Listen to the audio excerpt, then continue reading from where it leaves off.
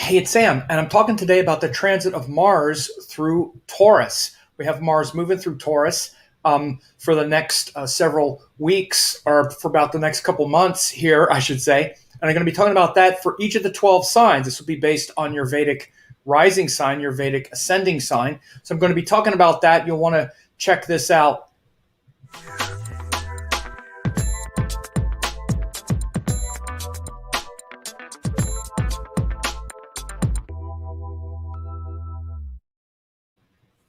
Hey, it's Sam, and I'm here today talking about. Oh, I have this screen up. First, I want to talk about this.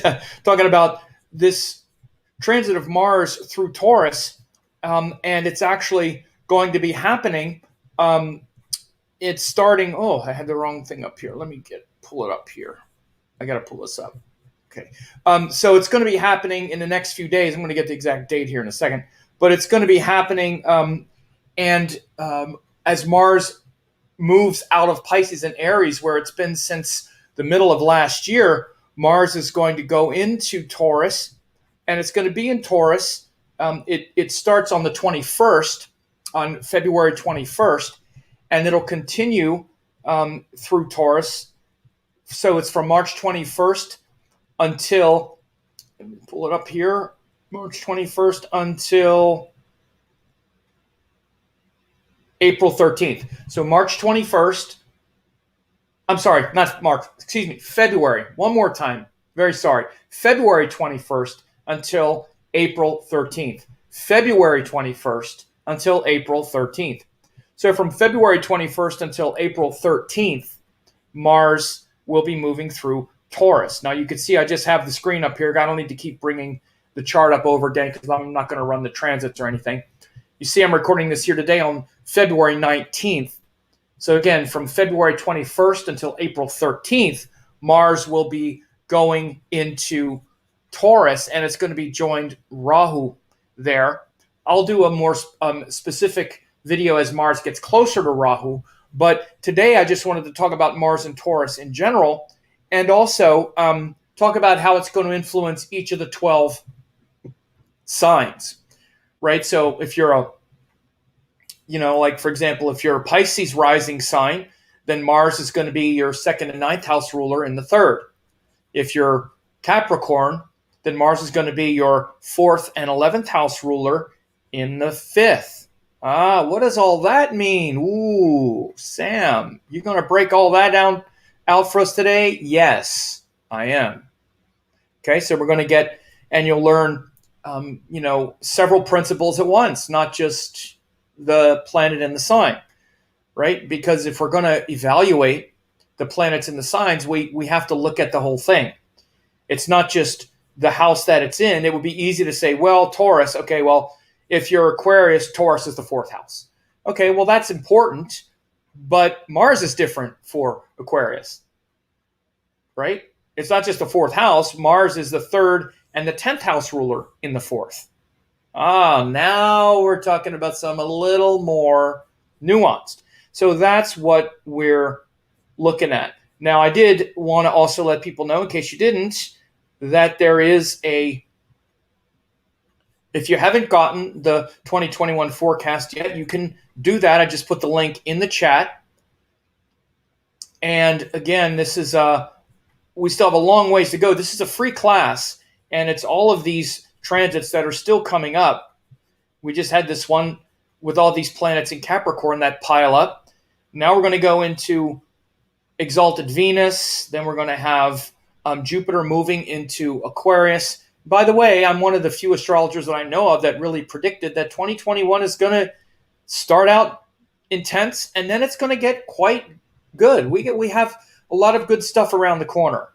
And, I've been talking about that since last year when, some people were really thinking that, 2021 was going to be a continuation of all the difficulty and stress of 2020. And I said, no, it's not. It's going to start pretty intense with all these planets in Capricorn, but then they're going to start moving and we're going to see the load lighten.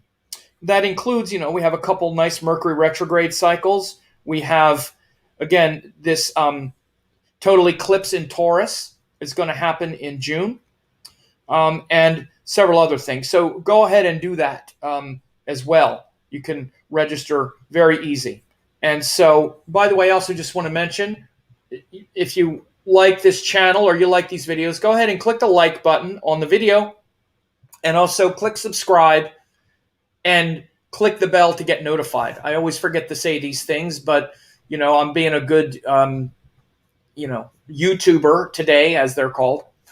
And so do those things, because again, I do a lot of these updates and people really like that. So let's go. I see a question here, and I'm going to bring it up. I usually don't, but I'm going to, because it allows me to talk about something and maybe rant a little bit. I'm not going to rant, but it says, love you, Sam. I love that part. Thank you. Never heard you talk about Ashtaka Varga for seeing results of transits. Yeah, there's a reason why. Why do you think that is?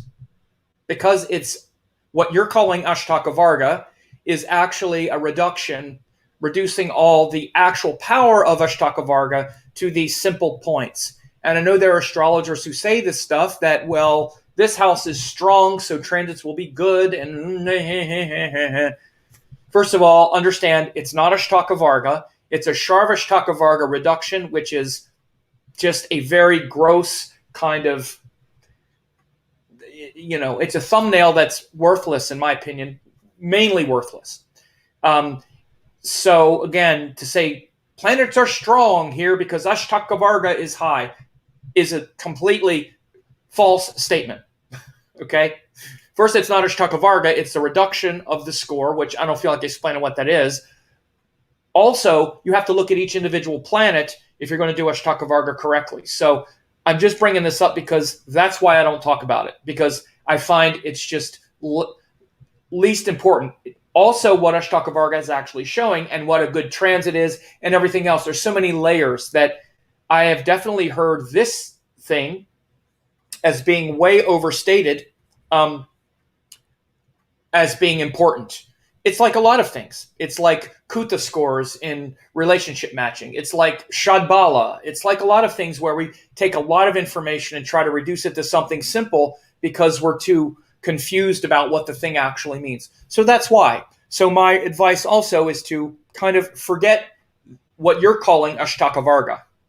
Because again, that's not even really Ashtaka Varga. It's just a reduction and a thumbnail that's way overused and an oversimplification of what Ashtaka Varga can actually show. Those of you who don't know what that is, don't worry about it. So now I'm going to get to, but I wanted to bring it up because people have asked me that several times, why I don't talk about that. So Mars and Taurus, what is it? What is Mars and Taurus? What can we really know about it? First, where we are right now, as I record this in February 2021, is Mars has just been in Pisces and Aries. It's been in between these two signs since the middle of May of last year. This was one of the main shifts and transits that I talked about in my 2020 forecast. In my 2020 forecast, I said one of the biggest shifts is going to be Mars is either going to be in Pisces or Aries from the middle of May until the end of February of 2021. That's a huge time for Mars to just be in two signs. He spends an average of 2 months in each sign. So for him to just be in two signs for 9 months is crazy. So we can go back and realize that Mars was in Pisces, then it went into Aries, and went back into Pisces, and now he's finishing Aries since the middle of May of last year. So since the middle of May, what happened? Because we can track this transit of Mars through Pisces and Aries since the middle of May, and Mars is the planet of what? Frustration, aggression, battling, fighting, struggling. And since the middle of May last year, there was major like social upheavals and battles and struggles that have happened socially, politically, particularly around, we started with the Black Lives Matter thing and that whole thing through last summer. Mars was going through Pisces. Then Mars poked his head into Aries, like around the end of the summer. Or no, it was around the middle. I don't remember exactly when it was. But then he goes into Aries. I believe it was around like July. And then he goes back out. It was around early October. He goes out. Then he goes forward again. And now we're here. So you want to understand these two shifts or these two signs for since the middle of May of last year, we've had Mars in just two signs. So there's a huge feeling right now of we're moving on to something new right now. Something different from May of 2000 that's been happening since May of 2020. And this is really an important way to look at astrology and transits and whatnot in a larger context. It's just like when Rahu changes something, when Rahu and Ketu move or Jupiter moves. In this case, Mars isn't just moving out of one sign. So we're talking about two signs, but we're looking at this hyper extended period of time that reaches back into May of 2020, and just being focused on these two areas of the chart. And in the forecast that I did last year, in the personal forecast and in the forecast like that I just showed you, in this version of the forecast for 2020, one of the things I analyzed was Mars going through these two signs because it was going to impact everyone a little differently as well. So when I did my personalized forecast for last year, that's one area that I really focused on. Wherever Pisces and Aries was in your chart, and you can do that now if you know your chart, wherever Pisces and Aries was in your chart, you've been experiencing a huge focus on those two houses, those two areas of life since May of last year. So like for me, it's been the 10th and 11th houses. So Mars went through Pisces, which is the 10th house, then went through Aries, the 11th house, then went back into Pisces. So it's been back and forth between the 10th and 11th house because I have Gemini ascendant. If you're Libra, it's between 6th and 7th house, right? Service, hard work, and connecting it to other people. If you're Capricorn, it's 3rd and 4th house, which is taking your interests and bringing them into the heart, blah, blah, blah, whatever it is. So you want to know that now with this transit of Mars into Taurus, we're moving past that. We kind of feel like does it feel like we're kind of fighting the same old battle since the middle of last year? Are we all ready for a new challenge, a new battle? How about we battle something else for a change? Let's move on to a new battle. What do you say? And Mars is the energy to fight our battles, right? It's the energy and the enthusiasm to know what's worth fighting for at any given time. So we've been just kind of, sort of kicking around the same couple ideas and fighting for them for a while. And so now we're going to move on. So what is Mars and Taurus? Mars is, like I said, it's the energy to fight, to change those things that we think need improving. Again, we need to be careful. This is why we need to fight the right battles, fight the good fight, and not just the fight to defend our ego, which is typically what we do. We generate a lot of opinions, and when someone disagrees with our opinions, we fight to keep making sure we're right.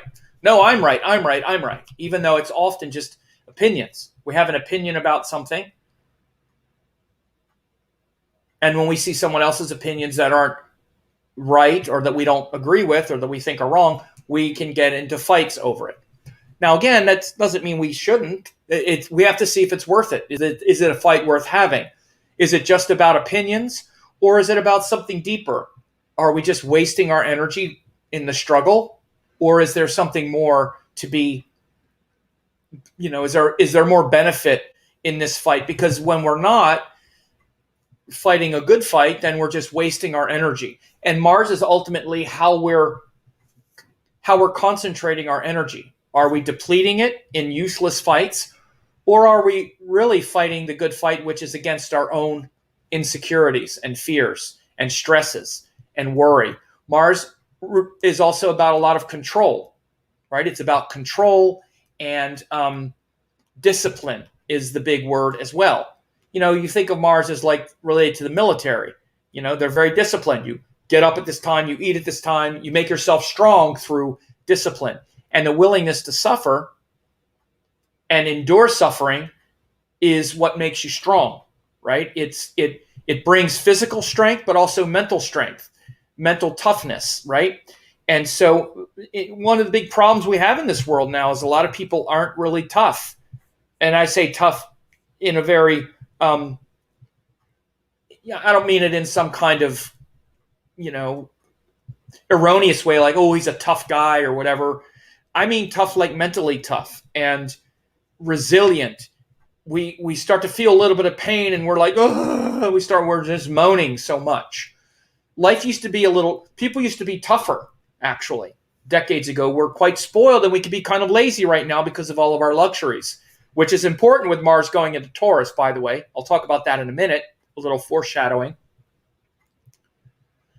But again, with Mars going through Pisces where he was, which is kind of about sort of actually very much about sort of spiritual, philosophical battles. Then he moves into Aries, which is very much about our identity and a lot of fighting to preserve our own identity. This is what's been happening actually since early December when Mars went, around the middle of December when Mars went into Aries. It's been a lot of that sort of personal fighting again, because Aries is about our individuality. Now he's moving on to Taurus. And again, Taurus is about comfort, happiness, worldly happiness. And again, Mars is in Taurus is often about fighting to preserve our sort of comfort zone. It seems like it's a little bit at odds because it is. Again, Mars is kind of about fighting and being disciplined and being orderly. And Taurus is ruled by Venus, which is about pleasure, happiness.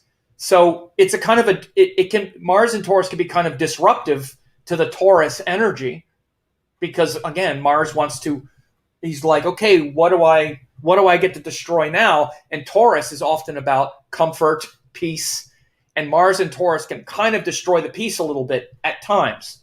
But what also happens is when Mars is in Taurus, the quality of Taurus, which is about wanting to be more peaceful, tends to calm down a kind of destructive nature of Mars, but also a disciplined nature of Mars. You want to always see these things in a nuanced way. You don't want to get into good and bad. It's not good that Taurus calms down a certain quality of Mars. Again, you often hear astrologers say these things. Well, Taurus will make Mars play nice, so that's good. Well, not really. You can't get into good and bad. You just identify what it is and then explain the whole thing. Mars is the part of us that wants to be a kind of badass and tough and be disciplined. There's no real benefit to like watering that down. So now we're not disciplined. We're just kind of, because the real effect of not being disciplined is then we're lazy and indulgent. And then the Mars part of us gets frustrated when that happens. However, perhaps, again, when we're lazy and indulgent and not fighting, then we're not fighting. So maybe that's, quote, good. That's maybe the good part, is we're not so ready to take up a sword and do battle. So that's, quote, good. But it's not good that the reason we're not doing it is because we just want to sit on the couch and eat potato chips or whatever it might be. So you have to see it in context and also remember that these are all divine energies. And we don't have to become undisciplined in order to still enjoy life. Again, when I'm talking about these possibilities, it's often the sort of baseline potentialities and how these planets and signs feel to us emotionally and feel through our ego. But we're not just the ego. We're not just our egoic impulses. But that's going to be there. So there's going to be both this tendency to want to calm down, this tendency to be less ready to do battle because we're kind of exhausted. We're kind of exhausted. I mean, look at what's happened since Mars went into Taurus. Since Mars went into Aries, which happened, Mars went into Aries. It was around the end of December. Let me get exact date. I think it was like the 25th. Yeah, it was the 25th. It was like Christmas. So it's been almost 2 months now.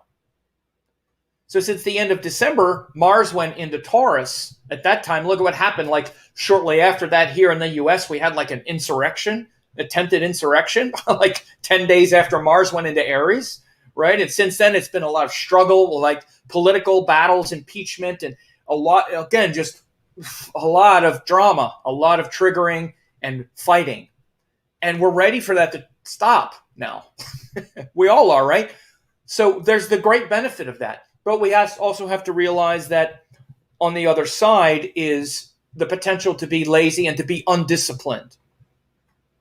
But again, like for example, if someone has a powerful Mars in their natal chart, like if Mars is in a fire sign, particularly one of his own signs, or he's exalted like in Capricorn, or other places where there's a lot of influence to be disciplined, then the person's standard of discipline is already very high. So when Mars goes into a sign like Taurus or one of the more mild signs, it actually tends to calm down some of the more aggressive tendencies because they're already very disciplined. They're not going to feel the deficit so much. Conversely, if someone in your natal chart, if Mars is kind of weak, right, in signs where he's not so disciplined, particularly like air signs, Mars can be quite frustrated. Even water signs, again, it's not so disciplined. It's emotional or intellectual or something like that. If Mars is already like that in your chart, then when he goes into Taurus, there's much more of a tendency to have that part of it come out, that indulgent, lazy part. Because your standard of being disciplined, you're probably already not so disciplined. You may have a problem being disciplined already. So honestly, since the end of December, maybe when Mars was going through Aries, since the end of December, if you have a Mars that's in one of those signs that are a little difficult, you might have been feeling a lot of like, okay, I feel really clear and, really on it because Mars was in Aries. Now he's going to go into Taurus like, okay, let's sit around and eat now.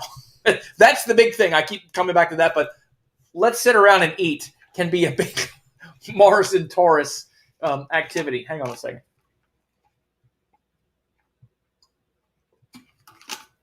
I know for myself, I really watched when things shifted, and I've been playing a lot of tennis. Boy, I just played a match today with this guy who was an animal.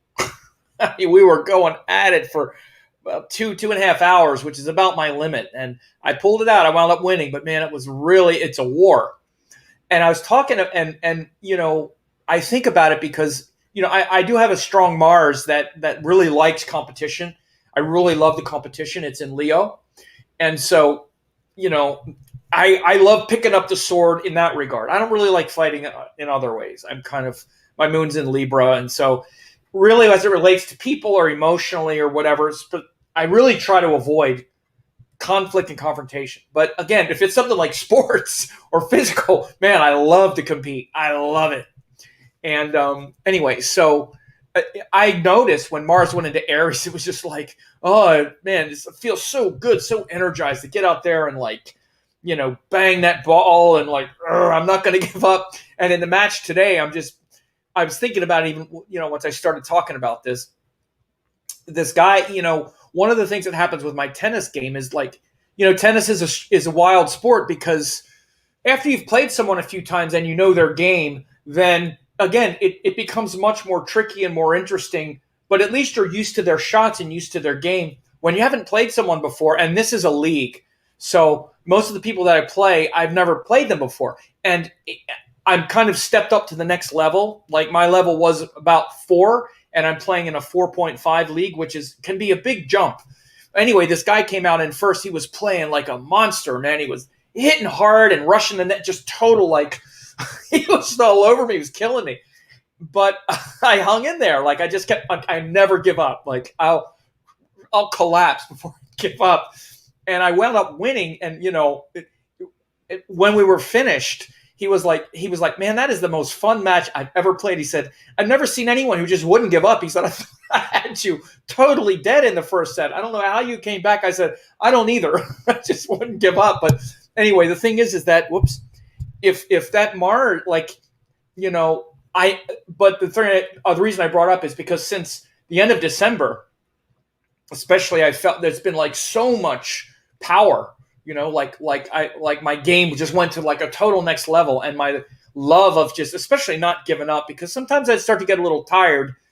But it's just like not even getting tired. It doesn't matter how long I'm out there. I'm just, so this is one of the things, like, you notice in your chart how Mars is also aligned. Before I get into each of the 12 signs, many of you, you already know your chart, you know what sign it's in. Just kind of think about it and notice how since the end of December, like things like your competition or whatever it might be. For me, it's great because that Mars in Leo, again, it's going to want to express itself, something physical, right? That's the best expression.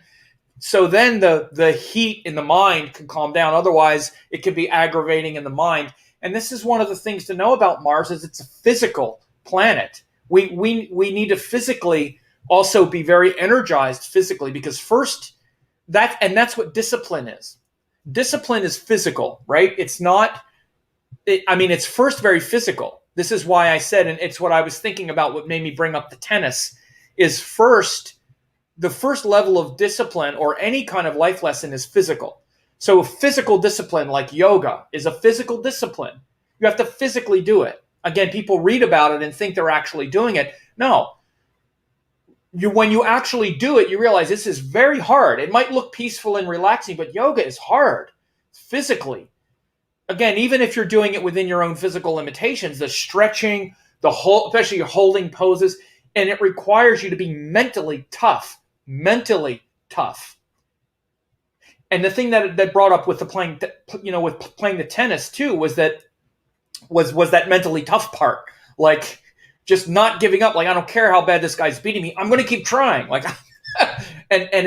when you do things that push you physically, and you're tired and it hurts you mentally too, because it's frustrating, but you push through it, you get mentally tough as well. But it starts with the physical, and this is why Mars is really related to that discipline, that physical discipline. And that includes the physical discipline to not eat, not overeat, not indulge, because those things make you weak. And Mars is where you want to be strong.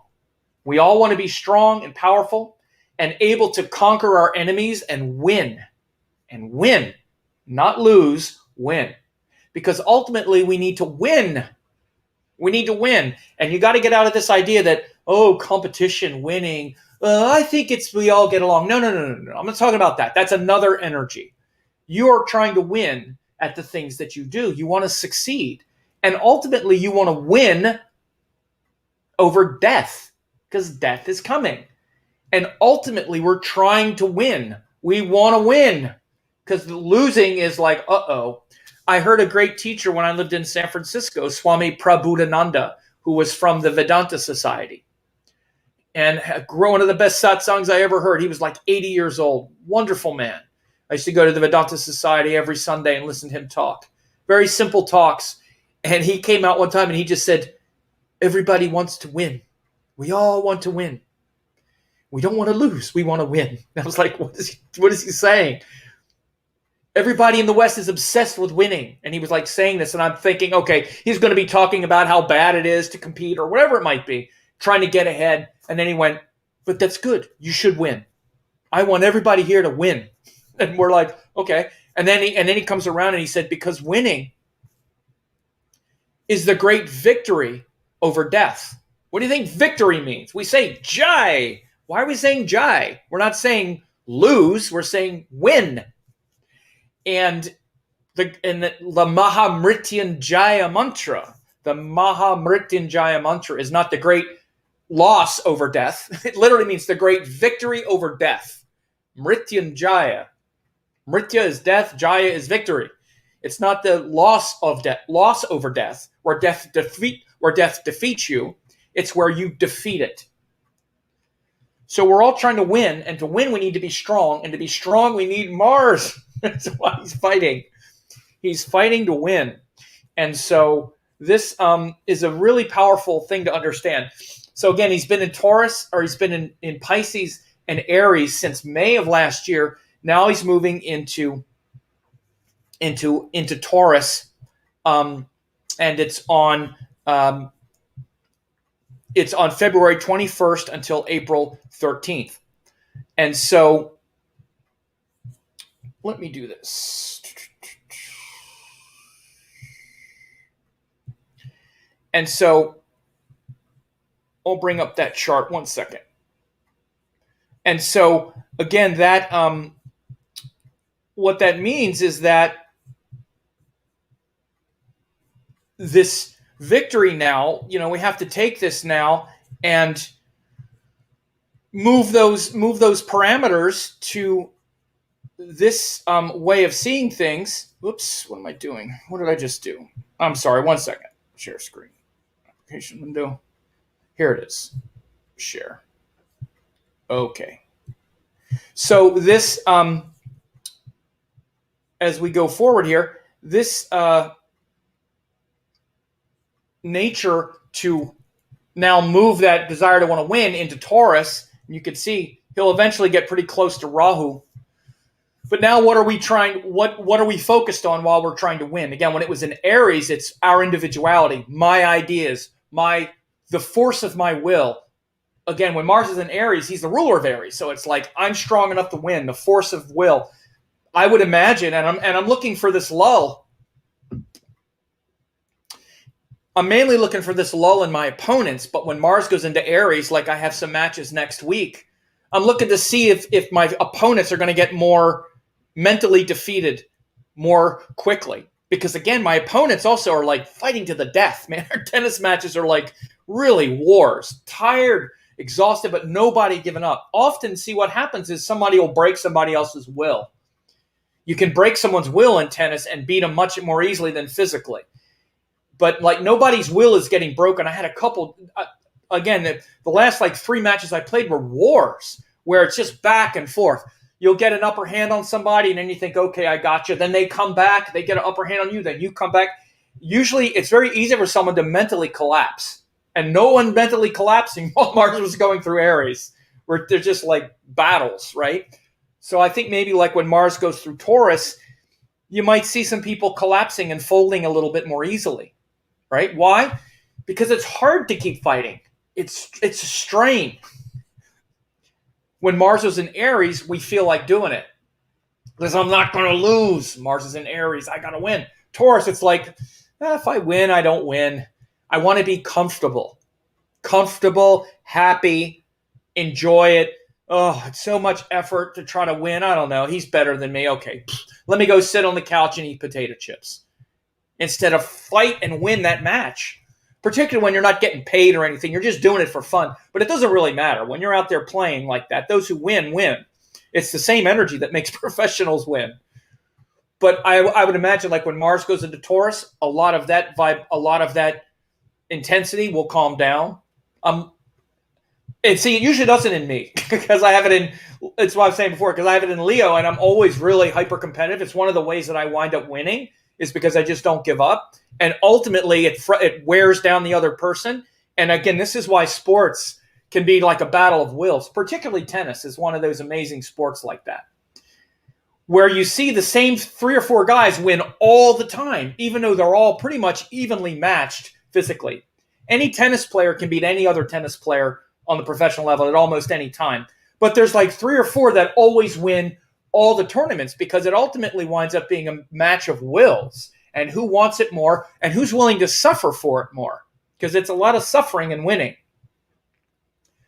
And I'm not just talking tennis here either. I'm using it as a metaphor, but to have the great victory over death, there's going to be a lot of suffering and you need to persevere and push through it. And Mars, again, gives us that willingness to suffer for our principles. And we actually like it. We enjoy it. When he's powerful, we're looking for the next challenge because we know it's making us stronger, even though it's not pleasant, even though it's not fun. And again, this is also why Mars is really helpful in bringing career success. He has a lot of energy and power in the 10th house because the 10th house and our career is where we need to work hard and be willing to suffer for our principles, because what makes us succeed in business or in our work isn't always easy. That's not the reason we do it. We're not doing it because we want to enjoy it. We're doing it because we want to make a difference, because it's worth the sacrifice. So this is why the Sun and Mars, for example, do really well in the 10th house, because that's the way they're also geared. The Sun and Mars are geared towards doing what's right, and the willingness to suffer for what's right, because that's what the malefic planets do. They're the ones that are willing to suffer and work hard and not just be comfortable. So again, you move Mars into Taurus, it's going to bring that pure nature of Mars down to something that's more comforting, but also it can be disruptive in the area of life that we want to be comforted in. So wherever the sign of Taurus falls in anyone's chart, that's also an area where you're looking for things to be stable, comfortable, and enjoyable. And Mars is going to go in there and start trying to shake that up a little bit as well. So this is how you bring together those qualities of a planet in the signs, right? So it's funny because people talking about tennis here. Matt says Agassi, very strong will. Yeah, right now there's a very famous tennis tournament that's going on called the Australian Open. And again, I've been watching. There's been some big upsets, a couple really major upsets where some of the best players in the world who usually persevere and win. One of his named Rafa Nadal. He very surprisingly lost one of those matches. He's known for being this warrior who just wears you down and grinds you and wears you down. He even has said on record that one of the reasons he wins is because he's willing to just punish the other person. He said most people aren't willing to suffer. They're not willing to suffer as much as they need to suffer in order to beat me. I mean, he says it, and it's true. Because some of these tennis players will just keep you out there and wear you out physically and just say, are you willing to suffer this much? Do you really want to win? Because this is how much you need to suffer in order to beat me. And usually Nadal wins those matches. A couple days ago, this other young guy named Tsitsipas actually wore him out, it was wild to see. So anyway, Mars in Taurus is going to bring this shift. Now, some of the very interesting qualities, Mars is also related to fire. It's related to alchemy, right? Where and fire is very much about alchemy, but fire in the sense of or things that are like fire and knives and sharp things. So one of the real cool things about Mars and Taurus that I've always seen when someone has it in their birth chart is often people love to cook when they get Mars and Taurus.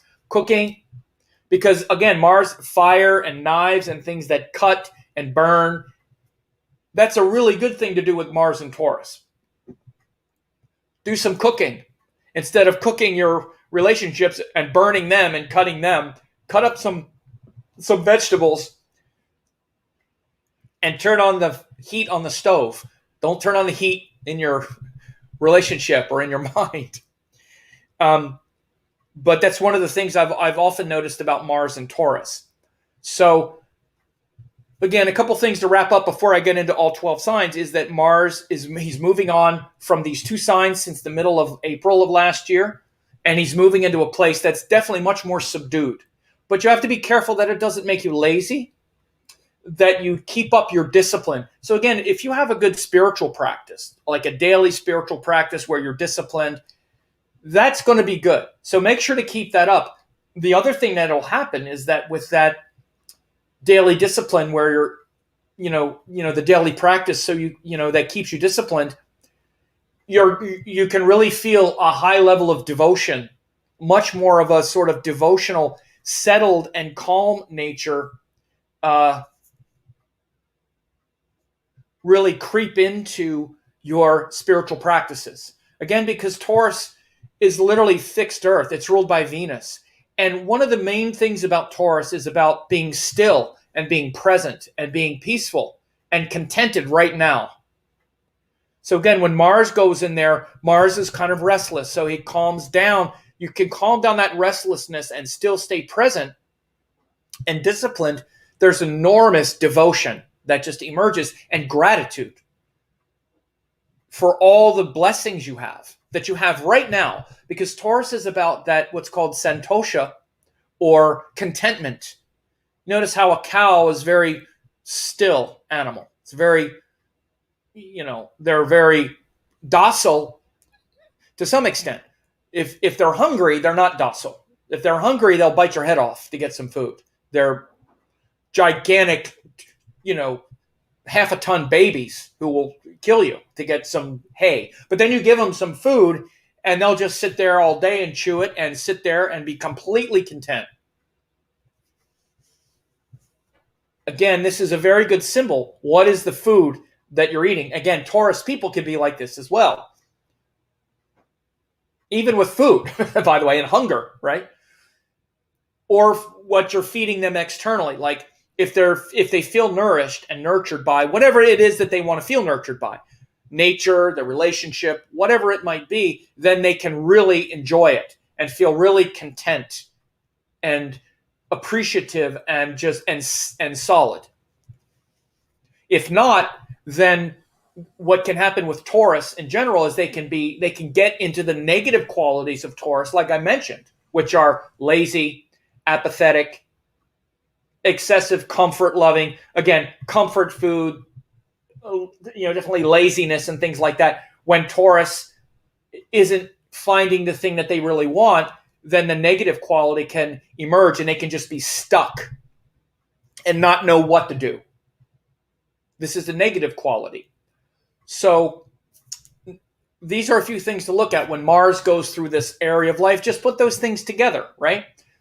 We can be very content with what we have. And this is why I even said in the lead up to this class, it's like fighting to preserve our happiness and our comfort. So again, Mars is like fighting and the willingness to work hard to create and preserve like a comfort zone, a domestic bliss and happiness. Again, this is why you also see things like cooking and whatnot, it's a productive use of fire and knives. We'll just leave it at that. Particularly the knives. Take out the knife and don't use it to cut someone. Use it to cut some kale, right? Or whatever. So your spiritual practices can really have a lot of depth, and it can be a nice sort of marriage between the fire and discipline of Mars and the peace and contentment of Venus in a sort of solid way. I actually like that placement often when I see it in someone's natal chart. Again, other things considered, right? And especially like if Mars is a angle or trinal house ruler or something, and sometimes, again, you have to remember Mars is also exalted in an Earth sign, Capricorn. I don't like it so much in Virgo, the other Earth sign, because it's related to Mercury and we can get into opinions, and it's much more opinionated when it's in Virgo, and that Mars energy gets really cranky in Virgo. But in Taurus, again, it gets much more peace-loving. And you can align the person's disciplined nature with peace-loving things pretty easily if you can make them aware of it. And if there are other things that are adding to someone's discipline, then that Mars and Taurus in a natal chart can be very rewarding. It can feel very good to the person and really support a healthy comfort and enjoyment of life, but also a sort of individuality. Because the other thing, like I said about Taurus, is it can be stuck. It can get stuck. And when Mars is there, it generates enough like energy to like make sure to not get too stuck. So these are the things that we're going to be looking at from, again, it's like February 21st. Here's the 22nd. So by the 22nd, and then if we run it through, we'll see that it's through April 13th, I believe was the exact day. There's the 12th, and then on the 13th, he goes through. Now, as you see, Mars is also going to get really close to Rahu around this time. So I'll do updates as Mars gets close to Rahu here in March as well. I'll update it. Let me take a drink and then we'll do all 12 signs. Hang on.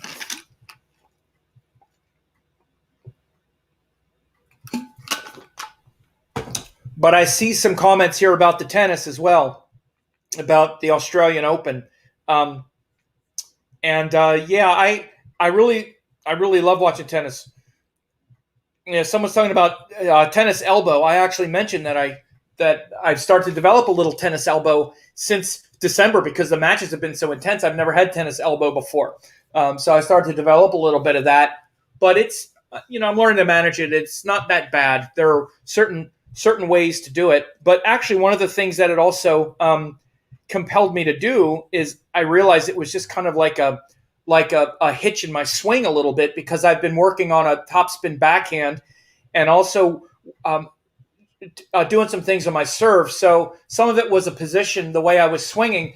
So feeling the tennis elbow vibrate and get aggravated on certain shots also alerted me to, okay, it's because my form was bad.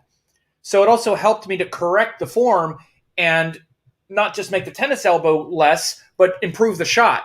So in fact, part of what I did in the match today was this guy was just killing me with his backhand. He was hitting great backhand approaches, pinning me in the corner. And I just had, it was just really hard. I just had to start going for winners. And they're hard shots to make. And I just started swinging away with that shot, with that topspin backhand up the line especially. And I started grooving it. And I was like, wow, I'm getting it. And so anyway, but I'm bringing this up because, again, this is all kind of Mars and Aries stuff where you keep fighting and pushing through, and a little pain makes you improve something, and all of that is kind of a lot of what's going on. So a lot of very interesting things that happened. This Australian Open tournament has been very interesting to observe in the context of these shifts.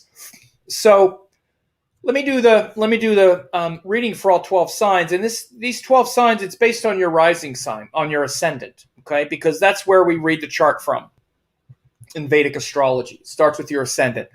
So if you're Aries person, Mars is the first and the 8th house ruler, and he's going through the 2nd house. Now it's also your ruling planet. So again, for Aries, Mars is that individual nature that's always transforming. 1st and 8th house. My identity is always changing, and I'm doing it in a Mars way. I'm always destroying and creating at the same time, okay?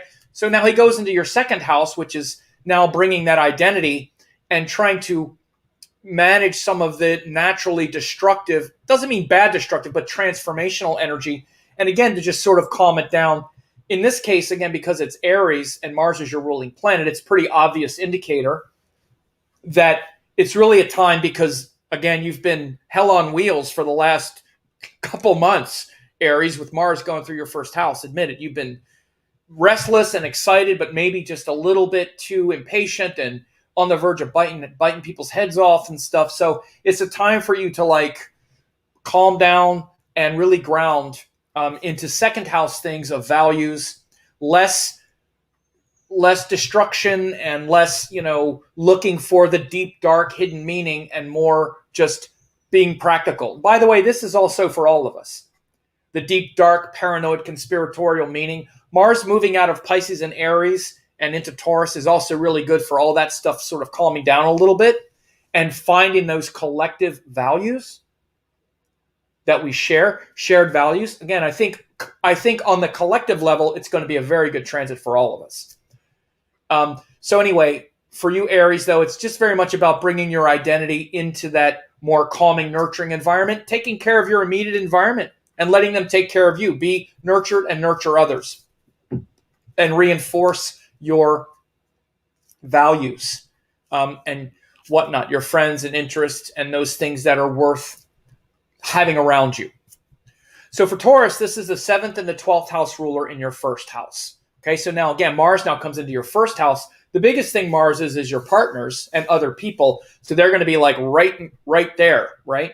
And it's your tendency to sort of be a little bit confused about how to manage others because it's the 7th and the 12th house ruler. You tend to have maybe a fantasy about the way others are. Well, now they're going to come right into your sphere. So again, in your romantic relationships and partners, Taurus, the partner is going to be maybe feel very demanding. It's maybe going to feel pretty intense to have Mars there right in your first house.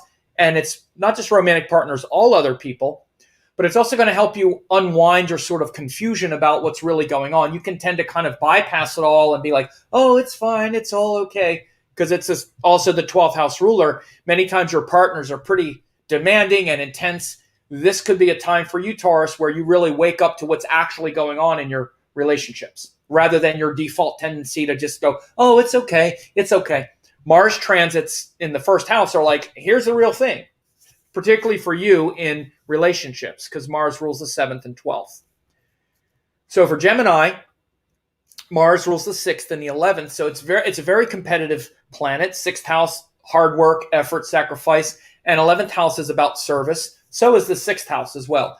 But they're also two really cruel houses, very competitive. By the way, one of the reasons I'm so competitive is Mars for Gemini is very competitive. It rules the 6th and the 11th houses, right? It's where underneath it all, Gemini is a symbol of the woman playing a musical instrument and the man with the club. By the way, it's been said to me before that the tennis racket is like my club. I'm like the man with the club. Because I'm a Gemini. So I like the club. And Mars is like the man with the club for the Gemini. So he's gone in the 12th house. So this can show for you, Gemini, very much maybe like hidden frustrations coming out. When he's been in the 11th house, you're out there really doing a lot. He goes into the 12th house. It's more of, again, like hidden frustrations, even hidden enemies, perhaps, because the 6th house is also enemies, and sort of confusion around those things, confusion around the way you've argued or fought or been ambitious. And those things, again, maybe being revealed or just sort of hanging out in your subconscious, right? Time to, maybe try to bring them into the conscious realm. But 6th and 11th Lord in the 12th can also show some like intense dreams. But it could also very much support your meditation and whatnot as well. So for Cancer people, this is happening in your 11th house, and Mars is the 5th and 10th house ruler. So that's about a very sort of creative career that you have, wanting to make a difference in the world. 10th house ruler in a very creative way, Mars. Also shows where you like to teach and things like that. So for you, Cancer, it's quite a positive transit. Mars is really strong planet, your Yoga Karaka planet, moving into the 11th house of higher ambition, higher impact, and taking the power that you have, Cancer, especially to teach and to guide, and those that you're willing to fight for. That's why you're willing to fight for students and children and to teach and to elevate that. In the 11th house is going to like enhance your platform or your ability to do that. So again, even if you do things like on social media or other kinds of things, Mars going into your 11th house is going to really raise your value publicly. This is from February 21st to April 13th, almost 2 months. For Leo, Mars is also very powerful, your 4th and 9th house ruler. It shows where you really get inspired, and your deeper inspirations, 9th house, comes from your intuition and trusting your gut. You're that Leo, that lion that really trusts his instincts to lead them to the place that's virtuous. Well, that's great for you because now Mars will be in the 10th house where your philosophies and principles and instincts are public again and able to impact others. So you'll be very rewarded by really advocating those things that you believe in, Leo, and really living large. You love to live large, but even in a larger way, or at least in the sense of not shrinking from the challenge, right? So it's been a positive transit for you, actually for Cancer and Leo. Since December, it's been quite positive because, again, Mars is either going through the 10th house for the Cancer or the 9th house for the Leo. So it's been quite positive, and it's just going to continue in that regard, especially in the public domain. For Virgo, Mars is the 3rd and 8th house ruler, a little bit more of a tricky planet. It's where, Virgo is very good with alchemy and transformation, especially investigating things, putting together the details, 3rd house, in a way that's very transformative and that's very deep and mystical, which is 8th house. So now that tendency, that quality is going into the 9th house. And the ninth house is about your highest teachings, highest wisdom, you as a teacher, you as a guide, and also finding new teachers that guide or that inspire you, that you want to study with, that really refer and that really bring you into a higher state of inspiration. So for you, Virgo, it can be a very inspiring time. It can also show where you maybe get into some battles with teachers or whatnot. You need to be careful with that. But again, in the best sense, it shows where your natural inquisitive mind can really enhance you as a teacher and also lead you to higher teachings and higher wisdom. For Libra, this is the what is it? Oh yeah, the seventh and the 12th. No, second and the seventh house, being cross-eyed. Second and seventh house ruler in your eighth house. So for you, Libra, Mars shows the seventh house ruler, but also the second house ruler, which is values. So you tend to take your value or get your values by what everybody else says. Maybe romantic partners, but all the people in your life, you tend to draw a lot of your own value system based on what they say. And at times that can be very frustrating for you, right? Because your nature is also to be changing and transforming, but doing it within the context of what everybody else thinks. So it can create quite a lot of, a bit of sort of push and pull. Well, Mars going through your eighth house is going to really, help to bring a lot of focus on that. And again, it'll be a new level of transformation for you, and one where you are willing to rock the boat, break some eggs in order to make an omelet or whatever the statement is, where, again, because you can tend to be too passive, waiting for what does everybody think before I trust my own instincts and risk destroying things. This is why you're hesitant, Libra, because you want to keep everybody happy. And what if you do something and it destroys other stuff? Well, you can't live your whole life waiting and worrying about that. So again, Mars going through your eighth house, for you, Libra, could be where that sort of healthy kind of destruction and transformation is there, but also the pain of this, because the eighth house is a painful house, and feeling that vulnerability and having discrimination about what things need to change and what things might just be reactions and anger and frustration, and then regretting that you destroyed it. So again, these things are ponderous. For Scorpio, this is your seventh house. Now, again, that's a pretty obvious indicator. It's your first and sixth house ruler going through your seventh house. So for Scorpio, that's the sixth house. The first house ruler also rules the sixth house, which shows this, this very much a sort of fighting spirit. And Scorpio tends to see things as a struggle. Sixth house is struggle, battle, but ultimately it needs to be service, and it needs to be humility. Scorpio needs to be humble, and they're often humbled by losing fights, losing battles. It humbles them, or it should. And then their great devotional nature emerges. So again, Mars going into the seventh house shows where you could be bringing some of that into your relationships, especially obviously the fighting spirit and the negative. Again, Scorpio can be easily triggered by their imagined fears and paranoia and things that they imagine has been done. And again, this kind of fighting spirit is there. And so Scorpio needs to be careful not to, again, just get into battles with others, to state it simply, but instead be more of service, because Mars is also the sixth house ruler. And again, Scorpio can be very humble, particularly when they're aligned with spiritual teachings. They can be very devotional. And that's really the highest vibration of Scorpio anyway, is that deeply devotional nature that's not just engaged in these battles with other people, because they can just constantly get into these emotional battles of will. And again, to no one's benefit. So this is a time to really be careful of that and be more of service and connect with things on a more divine level, more of a devotional level especially. Sagittarius, Mars is this ninth and 12th house ruler. I'm sorry, 5th and 12th house ruler, excuse me. 5th and 12th house.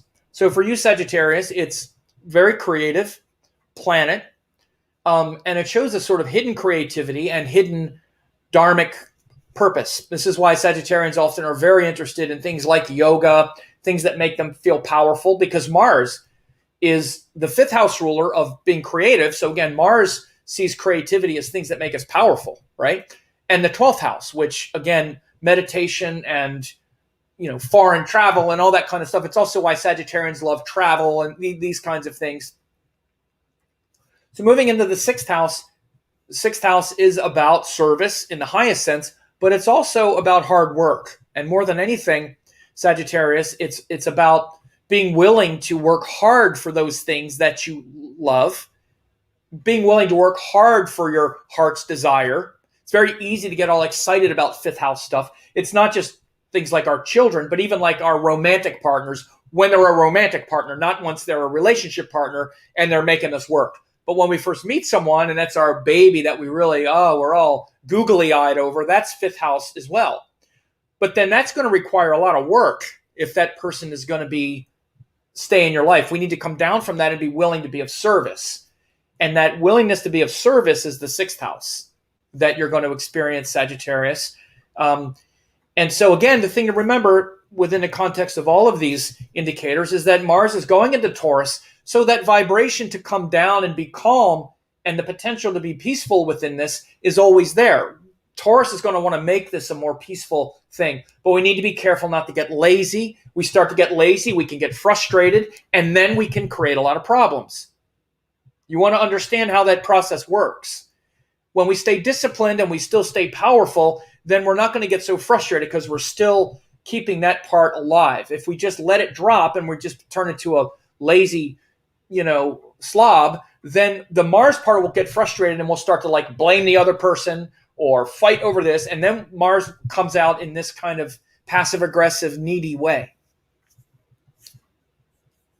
So Capricorn, this is the 4th and 11th house ruler in your 5th house.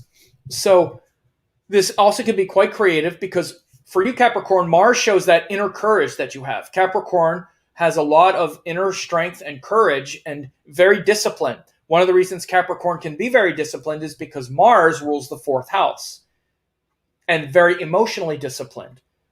This is why Capricorn can very much be like that. And then want to take that and share it with the public because Mars also rules the 11th house. So again, it also makes Capricorn ruthless, a kind of ruthless competitor as well, particularly in the public domain. That's why they are big business leaders and all that. So now it goes into the 5th house, which is the house of creativity. So all that inner strength, and again, particularly if you've been doing things like meditation or anything, you can really see that part of your nature soar now as the 4th house ruler goes into the 5th house. 5th house of personal creativity, and again, your heart's desire. So the transition from the 4th to the 5th house, the 4th house is how we literally feel in our heart, the honest truth of what's in our heart. And the 5th house is what we create as a result, right? Everyone thinks they're so peaceful and loving in their heart, but all you need to do is look at what do people create in their life? What are they creating in their life? That's how you can really see what's in their heart. Are they creating a lot of problems and drama and this and that? If they are, then that's what's actually in their heart, because we create what's in our heart. So you'll get to see that, Capricorn. When your heart is pure and devoted, then you create things, and your heart's desire that you create will reflect that. Aquarius, this is the 3rd and 10th house ruler in your 4th house. So if you're Aquarius, Mars it's more than anything, it's a career planet, but it also shows the courage that you have to change the world, because he also rules the 3rd house. And Mars is like an indicator of the 3rd house, particularly the courage and the will and the drive. So for you, Aquarius, you have that courage, will, drive, and restlessness, and even frustration to want to impact the world, which is the 10th house, to really try to make a difference in a big way and impact the world. But you can get frustrated and restless again because Mars isn't the easiest planet for you to integrate. So you always need to learn how to fight properly, Aquarius, and how to turn enemies into allies and not competitors, because that often shortcuts your goals. So moving into the fourth house, again, the fourth house is about our emotional state, mental discipline, emotional discipline.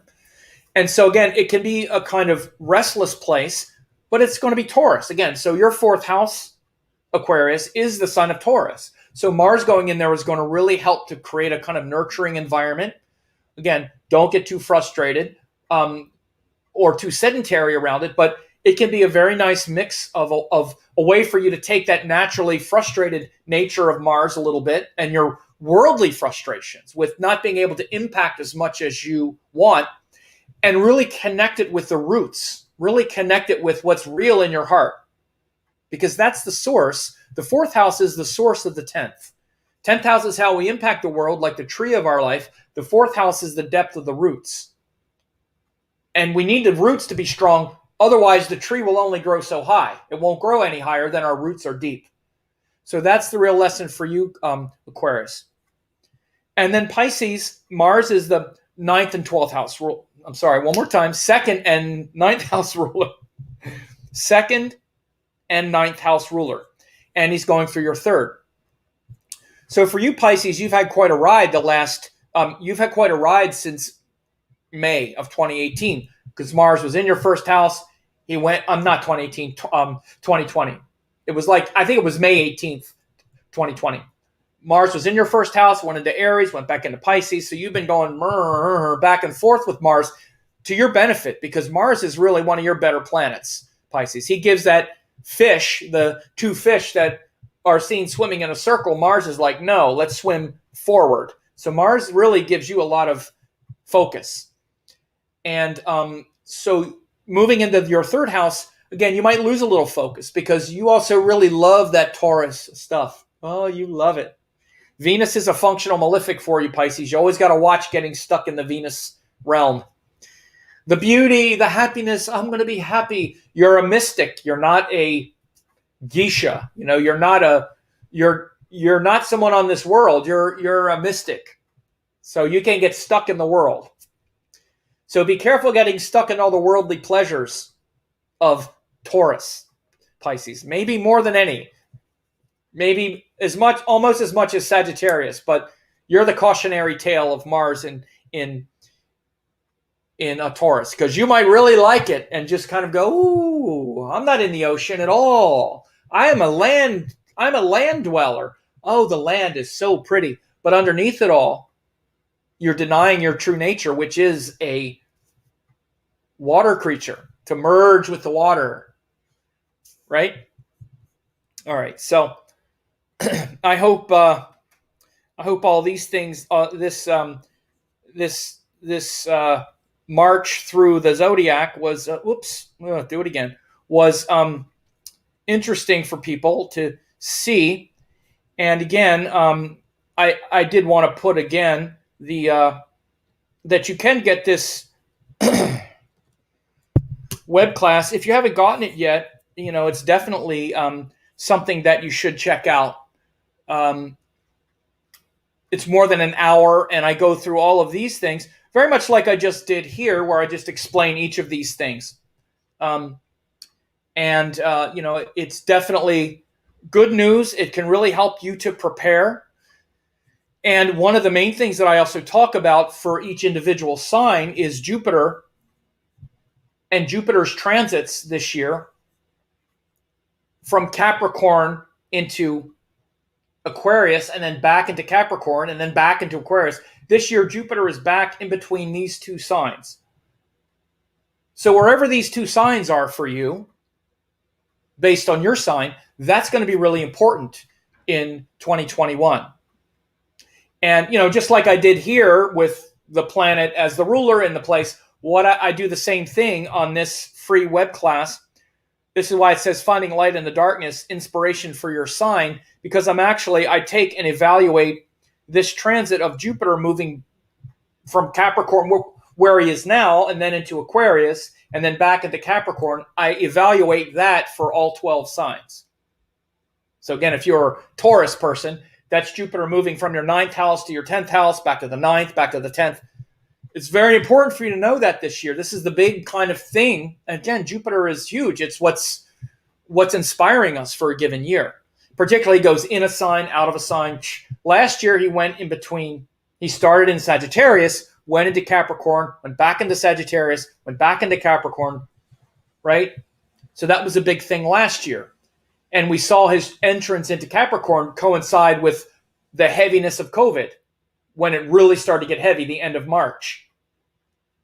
And we saw him go back into Sagittarius around the middle of the summer, when the focus kind of shifted away from COVID and got much more into all this social issues and all that stuff, because Jupiter then went back into Sagittarius, which is much more about our philosophies and whatnot. So again, these are the big important shifts. One of the reasons why these things are so powerful and important as well to track on a personal level is because you can also see it on a collective level. And so, it's really important. I'm going to put this one up here as well, because I've been doing these 2021 assessments. If you want to get this for your chart, I've also been doing these where I look at your chart and I'm evaluating which of these things are sort of the most important and the most impactful for you this year. A lot of it is revolving around where Saturn is, where Jupiter is, where the lunar nodes are. Those things are really the most important. Again, like you can see, Saturn is here for the whole year. Then Jupiter goes back and forth up here. The lunar nodes are here. So everyone's chart is going to have a couple of these things more influential than others. Also, Mercury retrograde cycles are going to be happening here. So again, in this assessment, I just look at your chart. That includes, of course, your natal chart overview, then your dashas, where you're at with your karmic sequence, and then how these transits are going to influence you this year, the most important ones. And you can write me a note to let me know kind of what's going on in your life as well. And, I'll read the note and then see your context, and then I'll give you a half-hour description of what's happening. And, it's me talking for a half hour. It's not you talking either. It's just me. So that's also something that people really get a lot out of. There's a lot of people sign up for those. So anyway, I appreciate people showing up here for this. Whoops, do this. And again, if you like this, what am I doing here? Here it is. Okay. If you liked it, like, subscribe, get notified. Literally, liking the video helps it get higher in the rankings. If you think this is beneficial, when you subscribe to the channel, you'll be updated. And if you click the bell, you'll get notified when I release a new video like this. So please do that if you think that's something, and share this with others, of course, on your social media channels or whatever. And you have a good weekend.